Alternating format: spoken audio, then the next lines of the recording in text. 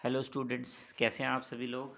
आज हम दोबारा आ गए हैं आपके सामने आपकी नए वीडियो को लेकर। टॉपिक हमारा स्ट्रक्चर है, जो हमारा टॉपिक अभी कंटिन्यू में चल रहा है।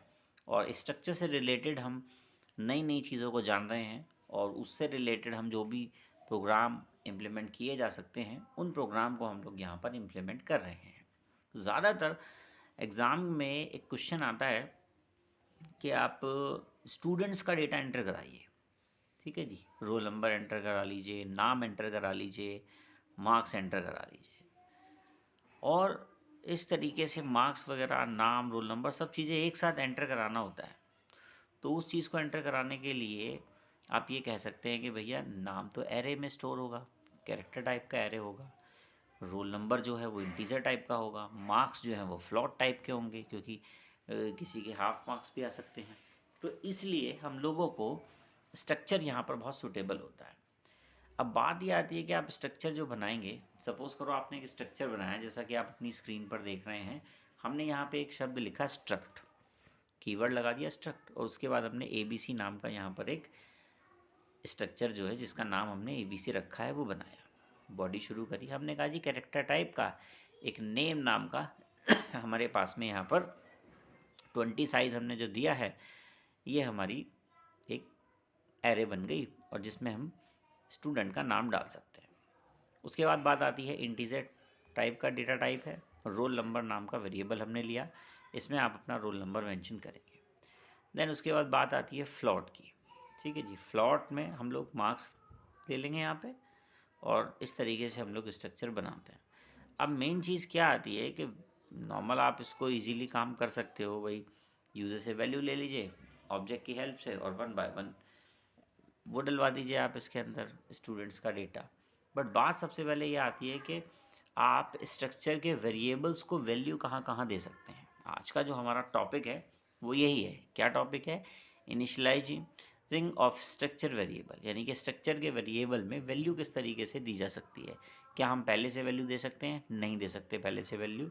जब आप ऑब्जेक्ट बनाएंगे तब आप उनको वैल्यू असाइन कर सकते हैं। तो हमने यहाँ पर जो स्ट्रक्चर बनाया ABC, उसमें कैरेक्टर टाइप का नेम नाम का वेरिएबल लिया, इंटीजर रोल नंबर ले लिया, फ्लॉट हमने मार्क्स ले लिए। जैसे ही हमने कर्ली ब्रेसेस को क्लोज़ किया तो वहाँ पर आपके पास परमिशन होती है स्ट्रक्चर को बनाने की। आपने कहा जी STU1 नाम से मैंने एक ऑब्जेक्ट बनाया, इक्वल्स टू लिखा, कर्ली ब्रेसेस के अंदर मैंने सबसे पहले, देखिए इसमें एक चीज़ का आपको ध्यान रखना है कि भैया सबसे पहला आपने क्या ले रखा है, कैरेक्टर टाइप का है नेम, तो आपको यहाँ पे नाम डालना है। तो इन्वर्टेड कॉमा में आपने क्या कर दिया, राम डाल दिया। फिर कॉमा लगाया, रोल नंबर डालना है, फिर 25 रोल नंबर डाल दिया, फिर कॉमा लगाया, फिर आपको मार्क्स डालने हैं। मार्क्स आप फ्लॉट में भी डाल सकते थे, आप 98.50 डाल दीजिए, या जो भी आप वैल्यू डालेंगे वो यहाँ पर इजीली आ जाएगी। इस तरीके से तो पॉसिबल है। आप एक से ज़्यादा ऑब्जेक्ट बनाना चाहते हैं, एक से ज़्यादा ऑब्जेक्ट में भी आप कंटिन्यू इसी तरीके से कर सकते हैं। आप क्या करेंगे, कॉमा लगाएंगे, STU2 इक्वल्स टू, और फिर सेम प्रोसीजर में आप वैल्यू डाल देंगे। तो आप यहाँ पर क्या करेंगे, 5 स्टूडेंट, STU1, STU2, STU3, फिर 4, फिर 5, 5 वैल्यूज़, मतलब 5 स्टूडेंट का डेटा आप यहाँ पर स्टोर करवा लेंगे। ये आसान तरीका है करने का। दूसरी चीज़ क्या है कि किस तरीके से नहीं करना है। आपने यहाँ पे क्या किया, एक स्टूडेंट स्ट्रक्चर लिया ABC नाम का, बॉडी शुरू करी, सेम है, कैरेक्टर टाइप का लिया, यहाँ पे नेम डाल दिया, उसमें 20 उसका साइज़ डाल दिया, जो आपका नाम डालेंगे, लेंथ उसकी 20 हो सकती है। इंटीजर में आपने रोल नंबर लिया, फ्लॉट में मार्क्स लिखे, और मार्क्स इक्वल टू 99 आपने यहीं डाल दिए। ये इनवैलिड तरीका है। स्ट्रक्चर के अंदर आप इस तरीके से वैल्यू का असाइन नहीं कर सकते। क्यों नहीं कर सकते? क्योंकि इनको मेमोरी एलोकेट ही नहीं होगी। क्योंकि मेमोरी एलोकेशन कब होता है? मेमोरी एलोकेशन जब होता है जब आपका ऑब्जेक्ट बन जाता है, और आपने बिना ऑब्जेक्ट बनाए ही इसमें वैल्यू असाइन कर दी। मान लो आपने एक से ज़्यादा ऑब्जेक्ट बनाए, तो क्या हर ऑब्जेक्ट पे यही वैल्यू अप्लाई करेगी? तो इसलिए यहाँ पर हम बता दें कि ये इंडिविजुअल, ये जो है आप वैल्यू नहीं दे सकते। ये बिल्कुल आपका गलत है, इनवैलिड है। तो अब हम एक प्रोग्राम देखते हैं इसी से रिलेटेड। और आप ये भी कह सकते हैं, अगर क्वेश्चन ये आ गया कि भैया एरे का यूज़ करते हुए स्ट्रक्चर का प्रोग्राम बनाइए, तो जो हम बनाने वाले हैं, या ये जो कॉन्सेप्ट आपके सामने है, ये भी उसमें मतलब हो जाएगा, मतलब ये रहेगा कि हाँ भाई ये प्रोग्राम भी इसमें बनाया जा सकता है। अब हम इसमें एक प्रोग्राम करेंगे।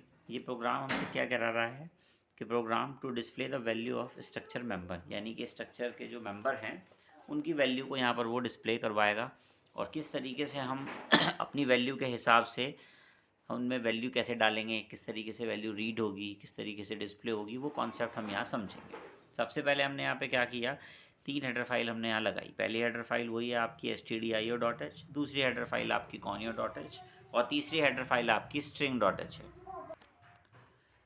ये हमने हेडर फाइल इसमें इसलिए लगाई है string.h वाली, क्योंकि हम लोग यहाँ पे strcpy नाम का जो फंक्शन है उसको हम यहाँ यूज़ करने वाले हैं। अगर किसी ने स्ट्रिंग वाली जो हेडर फाइलों के जो कॉन्सेप्ट्स हैं, मतलब उनके फंक्शन हैं, उसमें जो फंक्शन है उनको यूज़ कैसे करते हैं, अगर वीडियो नहीं देखी है तो आप लोगों को पहले वीडियो देख लीजिए, तो आपको यहाँ पे कॉन्सेप्ट समझने में बड़ी आसानी हो जाएगी। उसके बाद हमने यहाँ पे 3 हेडर फाइल लगा ली। फिर हमने यहाँ पे क्या किया, स्ट्रक्ट नाम का एक कीवर्ड लगाया और हमने स्टूडेंट नाम से एक स्ट्रक्चर का नाम दे दिया, यानी कि स्ट्रक्चर बनाया। बॉडी शुरू करी, कैरेक्टर टाइप का हमने नेम दे दिया और उसमें 20 साइज़ दे दिया। फिर इंटीजर किया हमने, रोल नंबर दिया। फिर हमने फ्लॉट लगाया और मार्क्स के लिए डाल दिया। देन स्ट्रक्चर की बॉडी हमने यहाँ पे बंद कर दी। फिर हमने क्या किया, मेन मेथड बनाया। उसके बाद हमने कहा बॉडी शुरू करी और उसके अंदर हमने लिखा स्ट्रक्ट, कीवर्ड लगाते हैं, स्टूडेंट हमारे स्ट्रक्चर का नाम है और stu1 हमने एक ऑब्जेक्ट बनाया, इक्वल टू लगाया और कर्ली ब्रेसेस लगा करके हमने पहला नाम दे दिया राम, दूसरी वैल्यू हमने यहाँ पे दे दी 25 और नंबर हमने यहाँ पे डाल दिए हैं 68। 25 रोल नंबर है, राम नाम है और 68 उसके मार्क्स हैं। ये हमने एक ऑब्जेक्ट बना लिया है student1 नाम से, यानी कि stu1। इसमें डेटा चला गया। अब आपको क्या करना है, स्ट्रक्चर लिया, दोबारा स्ट्रक्ट कीवर्ड लगाया, फिर आपने स्टूडेंट नाम का स्ट्रक्चर है जो, यानी कि स्ट्रक्चर का नाम स्टूडेंट, फिर stu नाम से एक stu2 नाम से एक ऑब्जेक्ट बनाया, फिर कॉमा लगाया, फिर stu3 नाम का बना दिया। तो यानी कि ये जो है stu2 stu3 अभी ये ब्लैंक है। अब हमें इसमें डेटा किस तरीके से कॉपी करवाना है वो देखते हैं। हमने क्या किया है, strcpy लिया हमने, यहाँ पे ब्रैकेट शुरू करा, हमने पहले वाला कंटेंट डाल दिया stu2 यानी कि ऑब्जेक्ट डाल दिया डॉट नेम। ठीक है, क्या नाम इसके अंदर आ जाए, कॉमा लगा के हमने डायरेक्ट नेम डाल दिया रवि। तो एक तरीका ये है कि इसमें डेटा आपका रवि जो है कॉपी हो जाएगा। फिर आपने अपनी स्क्रीन को क्लियर करा लिया, आप पहले भी करा सकते थे, कोई दिक्कत नहीं है इसमें। फिर आपने यहाँ पे क्या किया, stu2 dot roll number equals to 26। आपने 25 रोल नंबर राम का डाला हुआ था और आपने रवि का 26 रोल नंबर डाल दिया। देन उसके बाद आपने कहा जी stu2 डॉट मार्क्स, आपने डाल दिए 98। तो इसका मतलब कितने मार्क्स आ गए, 98 आ गए। तो पहले वाले stu में कितना है, राम 25 नंबर और आपका रोल नंबर और 68 आपके मार्क्स। सेकेंड stu में क्या आ गया आपका, stu में आपका रवि आ गया, रोल नंबर 26 आ गया, मार्क्स आ गया 98। तो ये दो तरीके से हम लोगों ने वैल्यू को कैसे, मतलब वेरिएबल्स में वैल्यू कैसे इनिशलाइज कराएगी वो हमने यहाँ पे देख लिया है। देन अब एक तीसरा तरीका क्या है कि आप यूज़र से वैल्यू ले सकते हैं इसमें। तो आपको क्या करना पड़ेगा, यहाँ पे प्रिंटिंग स्टेटमेंट डालना पड़ेगा। आप सबसे पहले एक प्रिंटफ देखेंगे, यहाँ लिखा हुआ है एंटर द नेम, कॉमा लगाया मैंने, roll number and marks of stu3, यानी कि तीसरे स्टूडेंट के लिए आप नंबर यहाँ डलवा रहे हैं। आपने क्या किया, स्कैनएफ लगाया। देखिए एक साथ आप अलग अलग स्कैनएफ का भी यूज़ कर सकते हैं, आप चाहते हैं कि अलग अलग का यूज़ ना करना पड़े तो एक ही स्कैनएफ में भी काम चल सकता है। आपने यहाँ पे क्या किया, स्कैनएफ लगाया, ब्रैकेट शुरू किया, इन्वर्टेड कॉमा में %s लगाया, क्योंकि स्ट्रिंग के लिए हम लोग क्या यूज़ करते हैं, %s यूज़ करते हैं। फिर थोड़ा सा गैप मेंटेन किया जिससे कि आपके आउटपुट में भी गैप आएगा। उसके बाद हमने लिखा %d। ठीक है, सॉरी यहाँ गैप देने की ज़रूरत नहीं है, वो प्रिंटफ में गैप देंगे। तो यहाँ पे आप रेंडमली इसको लिख सकते हैं। तो यहाँ पे आपने क्या किया, %s लिखा, फिर उसके बाद %d लिखा, फिर %f लिखा, इन्वर्टेड कॉमा क्लोज किया, कॉमा लगाया। आपने कहा stu3 यानी कि ऑब्जेक्ट डॉट नेम, तो जो भी वो नाम डालेगा तो वहाँ पे नाम उसका चला जाएगा। फिर कॉमा लगा हुआ है, फिर एड्रेस ऑपरेटर लगा रखा है यहाँ पे %, के लिए एड्रेस के लिए लगाया जाता है ये। फिर लिखा stu3 डॉट रोल नंबर, तो यहाँ पे रोल नंबर आ जाएगा। फिर कॉमा लगाया, फिर एंड लगा रखा है, यानी कि एड्रेस ऑपरेटर है, % बोलते हैं इसको, stu3 डॉट मार्क्स। तो ऑब्जेक्ट के बेसिस पर ये सारे के सारे नंबर, मतलब नाम, रोल नंबर और मार्क्स कहाँ चला जाएगा, आपके स्ट्रक्चर में जाके स्टोर हो जाएगा। ठीक है, तो तीनों का मतलब हमने 3 यहाँ पे लिए हैं, आप जब 5 भी ले सकते हैं। तो आप और इसके स्ट्रक्चर बना लीजिए और उस हिसाब से आप स्टूडेंट के मार्क्स भर सकते हैं, क्योंकि एग्ज़ाम में ज़्यादातर पूछ लेते हैं 3 स्टूडेंट का डेटा भरो, 5 का भरो, तो आप इस तरीके से भर लीजिएगा। देन उसके बाद क्या करेंगे, आपने क्या किया, पूरा डेटा तो रीड करवा दिया, अब आपको राइट करना है। राइट क्या करना है, अपनी आउटपुट स्क्रीन पर राइट करना है। तो उसके लिए थोड़ा सा ध्यान देना पड़ेगा। इसमें आप क्या करेंगे, सबसे पहले देखिए मैंने एक प्रिंटिंग स्टेटमेंट लगाया हुआ है, ब्रैकेट शुरू किया, मैंने कहा जी इन्वर्टेड कॉमा में STU1 और उसके बाद कॉलन। इससे पता चल जाएगा भैया ये कि ये जो है हमारा STU1 का डेटा है। कॉलन लगा रखे हैं, उसके बाद मैंने कहा जी परसेंटाइल S लगाया, थोड़ा गैप मेंटेन कर रहे हैं यहाँ पे, फिर परसेंटाइल S का गैप मेंटेन किया, फिर मैंने परसेंटाइल D लगाया, फिर गैप मेंटेन किया, फिर मैंने लिखा परसेंटाइल 0.2F और उसके बाद स्लैशन लगा दिया। ये आपको इस बार अच्छे से कंसिडर हो गया होगा कि 0.2 क्यों लगाया, क्योंकि दशमलव के 2 अंक तक की वैल्यू हमें यहाँ पे चाहिए। स्लैशन लगा के कर्सर नेक्स्ट लाइन में पहुँच जाएगा, इन्वर्टेड कॉमा क्लोज कर दिया, कॉमा लगा दिया। हमने कहा जी STU1 dot name, STU1 dot name का मतलब है कि उसका जो नाम था राम वो यहाँ पर डिस्प्ले हो जाएगा। फिर उसके बाद कॉमा लगाया है, फिर STU1 डॉट रोल नंबर लिखा है, इससे क्या होगा, जो उसका रोल नंबर है वो यहाँ पे डिस्प्ले हो जाएगा। फिर कॉमा लगाया STU1 डॉट मार्क्स, तो जो उसके जितने नंबर हैं वो डिस्प्ले हो जाएंगे।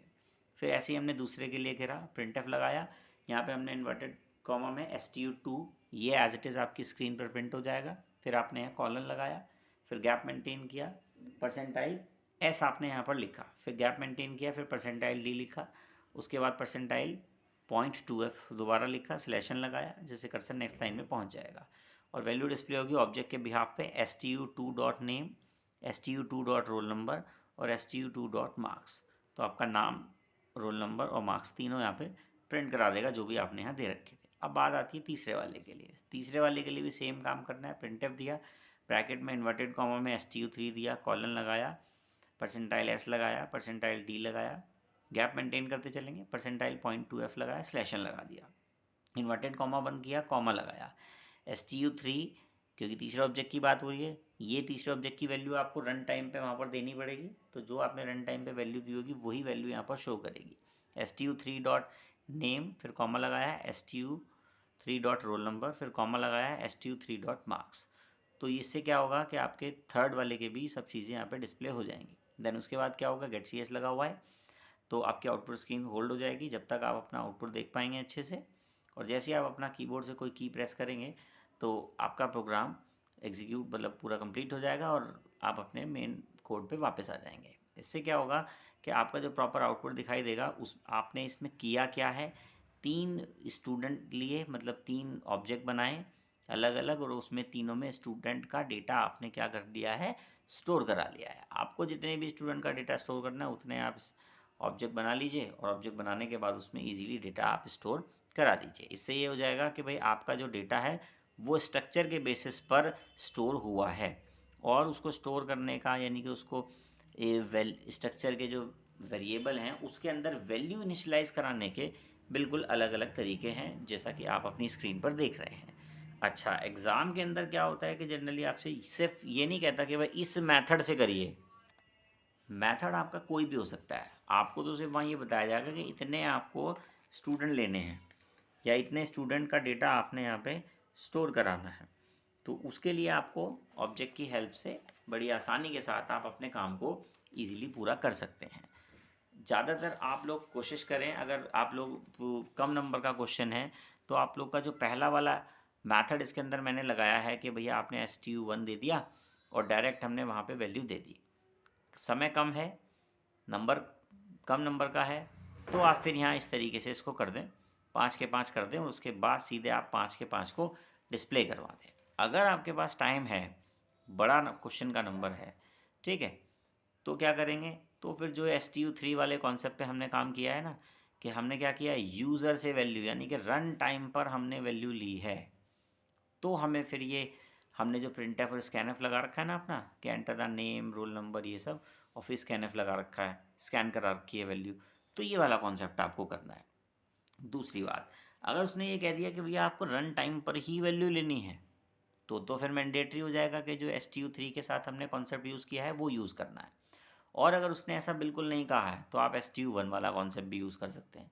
भाई टाइम कम है तो STU1 वाला कॉन्सेप्ट करिए, नंबर कम है तो STU1 वाला कॉन्सेप्ट यूज़ करिए, टाइम भी ज़्यादा है नंबर भी ज़्यादा है तो आप ये प्रिंटिंग स्टेटमेंट वाला करिए। बट हालांकि ऐसा है कुछ नहीं, नंबर पूरे मिलेंगे, बट एक बात का ध्यान रखना है कि उसने कह दिया यूज़र से रन टाइम पर वैल्यू लेनी है, तो आप STU3 वाले कॉन्सेप्ट को फॉलो करेंगे।